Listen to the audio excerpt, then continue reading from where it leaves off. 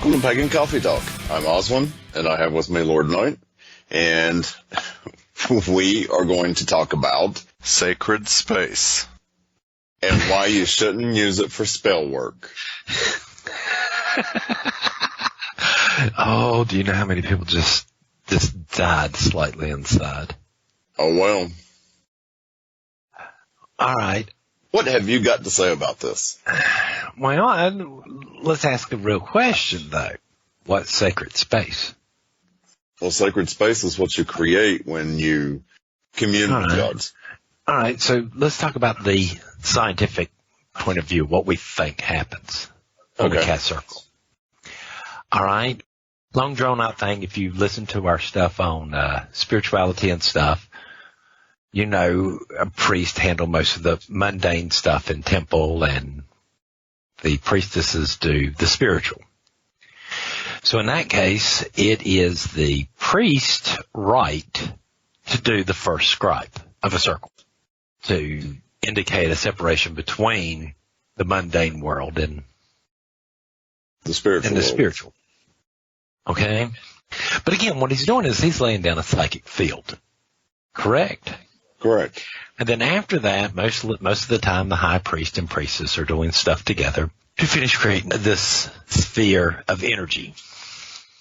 In our tradition, what we honestly believe is that once we create this, what we are actually doing is warping space and time.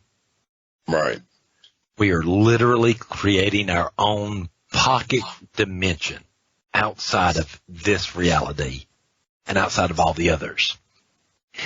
And then we use the energy that we build up inside of it to bring us up to the frequency and the vibration and the power level. It's going to sound really strange. That is at the top of the human body's threshold, but at the lower end of the threshold for deity. Okay. Bringing these two worlds together. So we actually have direct communication or connection with deity. Would you say it's like creating a bridge? Yeah, it's like creating a bridge. It's like creating a portal. But this is what we're doing. We're literally, and the reason we believe this is because there are some weird stuff that happens in circles. Right. All right. Now, I'm not saying these are bad things or good things. Like, you know, you'll get a candle in one of the directions that burn faster than all the other ones. How many people has gone into a circle and think you've been in there for 5 minutes, you come out, and it's like an hour later? Electronics. Oh, electronics are the worst. Electronics inside sacred space is not a good thing. No, it does not. They're too sensitive to be in this. The energies mess them up. I've known a lot of people who've taken their batteries out and still brought their phone in their pocket and then sit there and try to power it up later, and it wouldn't work. And yeah, I've seen that on a few occasions myself. Never with my phone or any of my electronics, but... Oh, no. We put that stuff on the other side. I mean, I've seen us get a little bit to the point to where, you know, okay, how far away we are from the TV and power lines and all this. Because we know the two don't mix too well. Again, we're taking as proof as we are warping space and time because, again, weird stuff goes on. That's all I can say. Now, this is our time to commune and celebrate the gods. Right. It is not a fucking time for you to do a goddamn spell for your own vanity, to get a job, the boyfriend, girlfriend, what the hell ever. Well, what about those people that say, well, I need my sacred space to cast my spells so I'm protected? All right. If you're doing your meditations, I know. Wiccan Conservative has just rolled her eyes. There he goes again. There he goes again. If you're doing this, if there is a psychic field around everybody, we refer to it as like an aura field, and some people can see it, some people can't. Right. When you're psychologically dealing with your issues and stuff, kinks in that psychic armor of yours disappear. All right? It gets really confusing because, again, this is all a battle of wills here. If your will is stronger than somebody else's, they can never do anything to you. They can't bend you. Does that include spirits? True. Spirits and other souls and stuff like that, yes. So if you're doing your meditations properly and daily, you're building up that field. Let's say if you're dealing with your psychological issues. Okay. All right, which might be a combination of medication, meditation, and therapy. All right, could be. It could just be meditation by itself. Right. All right, so don't get me wrong there. But if you're dealing with these issues and working with them, I truly believe things become a whole lot different. And you're able to maintain the identity of yourself. Because think about it this way. It's the whole entire thing of Ben Kenobi in Star Wars. How so? These are not the droids you're looking for. Ah. And then he goes, no, it's the weak of mind. He's talking about weak of will. Seriously. If your mind is that way, as weak as water, it's easy to influence it. It's easy enough to influence. You don't really have to have any power. But a stronger mind is going to take a little bit more effort, a little bit more convincing. Right. Does that make sense?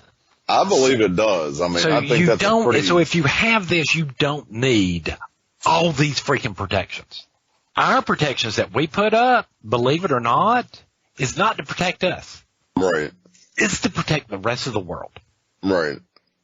I know people protect our neighbors, people living in the house that may not be of our path. Right. You have to contain these energies. These are psychic energies. We believe in an agrarian field. Okay? Every time you cast circle, you can never re-pick up all the energy you put out. Right. There's always going to be some left over. Right. So if you've ever cleaned carpets or anything like that, you can sit there and use that thing to suck up all the water you can, but the carpet's still going to be wet. Right. You're going to have to wait for it to air dry. You can't get off. Same thing with psychic energy. So it creates this agrarian field. And if you're continuously doing it in the same spot over and over again, that energy builds, becomes stronger. Now, these energies do have a bad tendency to attract things. Really? Really. Like what? Do tell. Spirits, other things that need to feed off that energy, which we will have to get into this later because this has to do with soul and spirit energies and stuff like that. But let's just say roughly, we don't believe that souls can survive in this realm. It's right. Toxic to them. They have to have a vessel to be in. Basically, we think of the body as more like a spacesuit. Does that make sense? And that the soul is sort of like an alien body in this realm. Ah, okay. So it needs a spacesuit, and that is your body. Right. Right? Anyway, so things can be attracted to this energy. Ghosts, spirits, whatever you want to call it, because they need this energy to survive if they don't have a spacesuit. Okay. All right, we're not talking about spirit energy or yet, okay? That's an elemental thing. We'll get to that a little bit later. But this energy can build up over time. Imagine that traditional witch sitting there and doing these over and over again.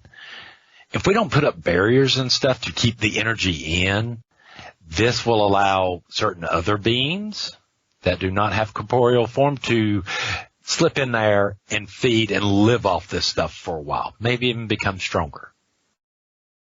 So we actually have to protect the rest of the world from this energy. Anybody who's so fucking arrogant to think that they are so precious that they need protection, I'm sorry, just drives me up the wall. How arrogant do you have to be? Well, and my question or my thought is, okay, you're casting a spell. Why, if you need protection from your spell, maybe you shouldn't be doing it. Well, I think you talked about that. Again, to me, the energy of circle is a whole lot more concentrated because you're doing it over. You're not telling it to go anywhere. Absolutely. All right. Now, when you're casting a spell, let's think about it like this, all right? Circles contain energy and condense them, right? Right. So we can warp space and time and commune with the deity, which is what we should be doing in circle, not casting goddamn spells. Right. And we think of spells as kind of like dogs and cats or any other animal, right? Where we can give them a task, train them, give them a task, and they'll go out and do it, right? Right. Spells do not have any moral compass. All they're going to do is they're going to go do the spell and take the least path of resistance to get that spell. Hence the reason the whole entire thing of you're never going to get $20 off of freaking Bill Gates, because Bill Gates did not become rich by losing 20 fucking bucks. Right. The guy down the street that's got 3 kids and working 12 jobs, that guy is going to lose $20 because he ain't got time to fix the holes in his pants. Right. All right. So that's who you're going to get your damn $20 off of. Anybody fooling themselves any other way is stupid. I hate to be that way. But again, if you're doing an inside circle, this is kind of like taking your dog or your pet, putting it inside of a crate, mm-hmm. and then telling it to guard your house and walking off. What's it going to do? It's going to sit in the cage and go, I can bark when somebody comes in. That's about it. What about the cone of power that's typically done inside of a circle? Again, the cone of power is to bring us closer to deity. That's the cone of power. Way too much. That type of energy, again, you're using multiple people. So the cone of power is all right. not for spell work. No. Ritual is for communion with deity. How hard is this concept? You see all these people out here, and they're more worried about, casting a spell, and yet they don't know how to commune with deity. And then they look at people that are more traditional like us, and we look at them going, magic? Right. You know, I tell you what, when you walk among the gods and commune with them, yeah, you're going to look down at magic going, okay, well, whatever. But all you're doing in all your rituals and your full moon ritual is nothing more than you going to go take a ritual bath for money or for love or something. Really, honestly, let's think about this. And if you're having to do this all the time, and I'm sorry, I've seen these spells or ritual or so-called rituals out on Reddit and all this stuff. They're fucking spells. They don't need to be done in sacred space. They need to be done outside, somewhere else. Right. Magic, believe it or not, and a lot of people are going to hate me, magic is not a fucking spiritual thing. It is a mundane thing. It is messing with the fabric of the universe. It's done in this realm, not in a pocket dimension to get permission from deity. And again, we talked more about that in a previous episode where we dealt specifically with magic. Right. Over and over again. Is that this and the magic and deity have nothing to do with one another. No, magic they're not related at all. No. Magic just happens to be a byproduct of what we do. Right. Because we can cast a circle. Yes, we're using magic to do this, but what we're doing is completely different. We are literally separating ourselves from this world. Oh, no. Here, but my altar's going to be here on a wall because I'm too stupid to get an altar and set it in the middle of the floor. I've known people who've had just like a little small table and they sit down at it. Yes. In the middle of their circle. It's still in the middle of their circle. Right. You don't need some big elaborate table to set up as an altar. No. And it doesn't have to be a permanent structure. No, and you don't need 50 of them. You don't need 50 for 50 different gods. Right. And goddesses. If you got 50 or 100, and then and then half of them are freaking cluttered as hell. I don't see how in the hell anybody uses any of them. I've seen the pictures of them. Oh, we'll get into that in another later. Episode. We have something specific for that. You're getting ahead of yourself. I'm just saying, but everybody treats sacred space so flippantly. Right. It pisses me off. It's sacred space. There's a reason we put the word sacred in there. Absolutely. This is a place to commune with the gods, not for you to get a fucking wish list. Right. And for those who think they're powerful enough to channel the energy of the gods to get what in the hell they want, don't. Yeah, don't even try that. Don't. You're going to regret that. Because I have seen people who have gotten themselves in some pickles just because they can't keep their fucking word, and they swore these allegiance in front of the gods. And yet you're going to cast a spell which is supposed to be known. We do it as it's already, and believe it as already done once we cast that spell.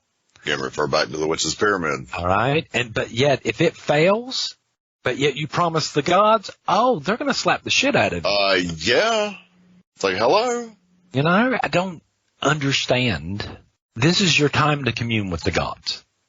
Use it. Use it wisely. Use it wisely. Gain wisdom. Communicate. Meditate with them. Grasp their wisdom and their knowledge, because, again, that's something beyond us. Right. But no. No, we're going to use this time to cast a spell. I'm going to have to go get yet another crystal for this spell and this specific herb and all of this, because I am too incompetent to do my meditations to realize that I can use the energies of this stuff to literally create a ball of energy to go out from my kitchen counter. Yes. You can spells can be cast in the middle of work, in the middle of driving. Oh my God, yes. All right. I know a high priestess who actually cast a spell for her fiance or boyfriend at the time to regain the money he lost at a roulette table in the middle of a casino. Mm-hmm. No circle cast, no nothing needed. No tools. No tools, no nothing. And yet, if I hear one more thing about a freaking witch bottle or ladder or what the fuck are y'all doing? Yeah, you don't need all that mess. All right. Yes, it's helpful. It helps. There are triggers there. We use psychological triggers for certain smells and stuff like that. Herbs do have a certain amount of energy. Right, and some of these things like the witch bottles and the ladders and stuff like that, they can be actually kind of fun to work with. They can be fun to work with. But you don't need them. But you don't need them. This is just a focal point. This is to keep you from having to imagine one less thing. It's like using a puppet to represent somebody. That's one less thing you have to focus on. Right. Because you have it physically in your hands. You know, just like we talked about in the Witch's Pyramid. The crux behind it is to have the emotional fortitude to do what you need to during that moment. Absolutely. And if you can't tap into that. And I'm sorry, you can't tap into that if you don't understand how in the world your own emotions work. Right. Again, do those freaking daily meditations. I don't understand what's so hard about this. You know, I don't either. I mean, I don't either. And I don't understand why in the world we are perverting our sacred space by sitting there telling people, oh, yeah, go do your little spell during the middle of a circle, during a full moon. Why ain't you worshiping the goddess during the fucking full moon like everybody else? Right. Why are you denying yourself a connection to deity? Oh, no. No. I study, and you study with them, but you never become friends with them. And if you're not friends with them, how do you expect anything to happen? You'll never be able to touch ground with them. You'll never be able to basically break bread with them and commune and be a part of that experience. It is an experience. Well, think about it like this. You can sit there and imagine any star or anybody you hold famous that you like.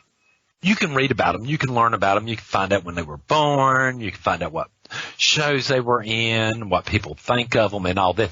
But it still don't mean you know them. Oh, no.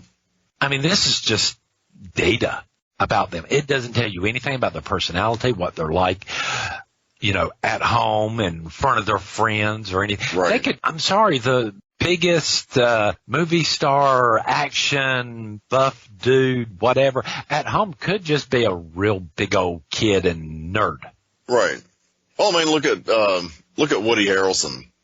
I mean, he was a big star, and everybody followed him and all this other mess. But then at home, he's smoking weed and playing bongos naked. Who would have thought? You know? You don't really know anybody. No, you don't. And it's the same with the gods and the goddesses. You've got to take the time. Yes. You have to. You can't just sit there and go, yeah, well, I studied them and read all the myths about them and then didn't, in my meditation, sit there and meditate on them and try to get to know them. I did not go into sacred space just to communicate with this specific deity, to see what I could learn from them, what they could teach me. But even if you threw all that out so I could get $20 off the deadbeat down the road that's got 5 kids. Well, and I was going to say that even if you have done that, you still don't need to use that sacred space to sit there and try to use them to cast a spell. To make you feel better about your guilt, about the spell that you cast. Why are you doing this in sacred space? Well, I mean, again, this is also part of this, like we talked about with the ethics and morals. There's a part of you're responsible for your actions. Yes. I'm responsible for my actions. Everything that's gone wrong in my life is nobody else's fault but mine. I mean, people don't realize this, but me and you were married. Again, I've made decisions for me. Right. You made decisions for you. We're both adults, but I made my choices. I can't sit there and go, hey, why did you let me do that? Right, and I can't do that. I can't say that either. No.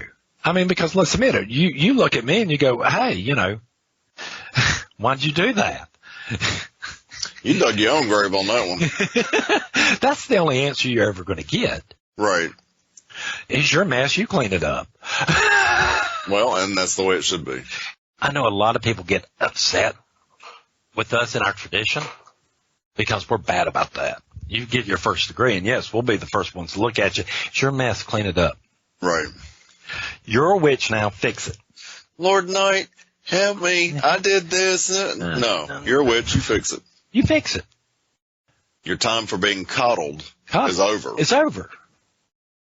You're no longer a neophyte. You're no longer oblivious to whatever. Right. You're responsible now. You no longer have that neophyte status. You are no longer ignorant of what in the world's going on around you. Right. You might not have been given access to power or anything like that from our tradition, way we believe, but you're still a witch. You're still certain things you can do. Oh, yeah. I mean, especially with us, first degree, we believe you have full access to all power. We think that you just lack the understanding on how to control it, right, or to access it, but you have access to it. Oh, yeah. Yeah, it's there. It's there. It's there to pick up. Because some people are going around like, spirituality and this stuff is like something, some limited commodity on a freaking shelf that you've just... Right. I mean, literally, Lady Keegan was telling me about this woman. She was doing an online class, and that woman was like, yeah, we need to go pick it up before all the men. And she was just sitting there going, what the hell are you talking about? It's not like spirituality just runs out. Right. No. And it's not a man-woman thing. It's there. You either take it or you don't. Still don't make no sense. In recap, yes, sacred space is for worshiping gods. We do it at certain times, the full moon, the Sabbaths, because people have done it that time, from time immemorial.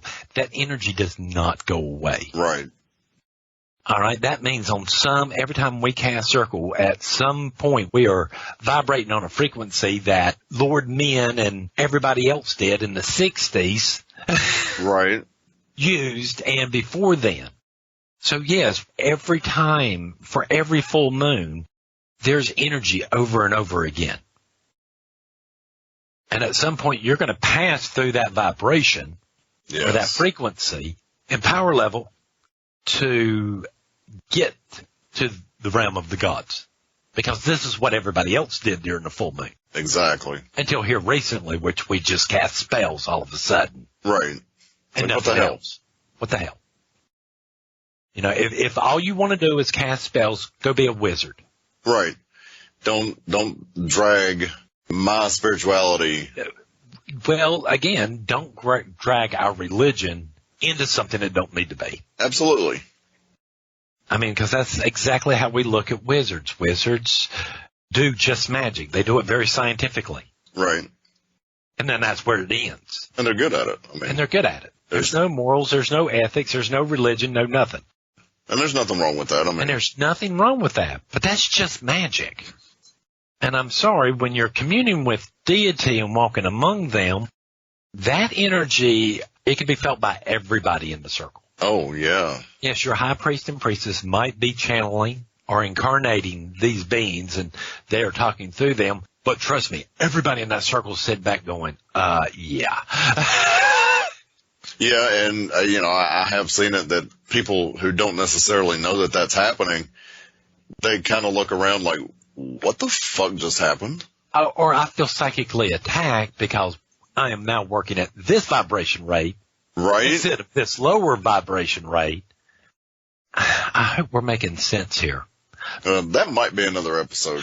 But again, sacred space is for communion with the gods, not casting spells. Spells can be done from your kitchen counter. Right. I don't know how else to put it. You don't need a separate altar. You just need a separate workspace. Absolutely. For spells. If you're going to carve symbols into candles, that's great. That's for you. Go for it. Yeah, and we'll talk about it in another episode, a little bit more detail, but we have what we call a working altar, and then we have our altar. Yeah, but our working altars are kitchen counters. Right. Or the kitchen table. It's not something specifically set up with a bunch of crap on it.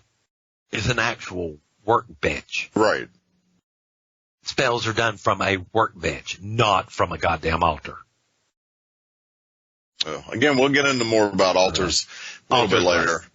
All right. Well, I'm out of coffee. I think I'm out of this. I'm sure I'm out of coffee too. All right. Well, we'll see y'all next week. Thanks for joining us for another thrilling episode of Pagan Coffee Talk. We are on Facebook. We're on Twitter. We are on YouTube. If you want to leave us a comment, fly on over to the YouTube channel. Leave us a comment there. You can drop us a line on Facebook. We're on Messenger. Join us next time. All right. Thanks, y'all. We travel down this trodden path, a maze of stone and mire. Just hold my hand as we pass by a sea of blazing pyres. And so it is the end of our days, so walk with me till morning breaks. And so it is the end of our days, so walk with me till morning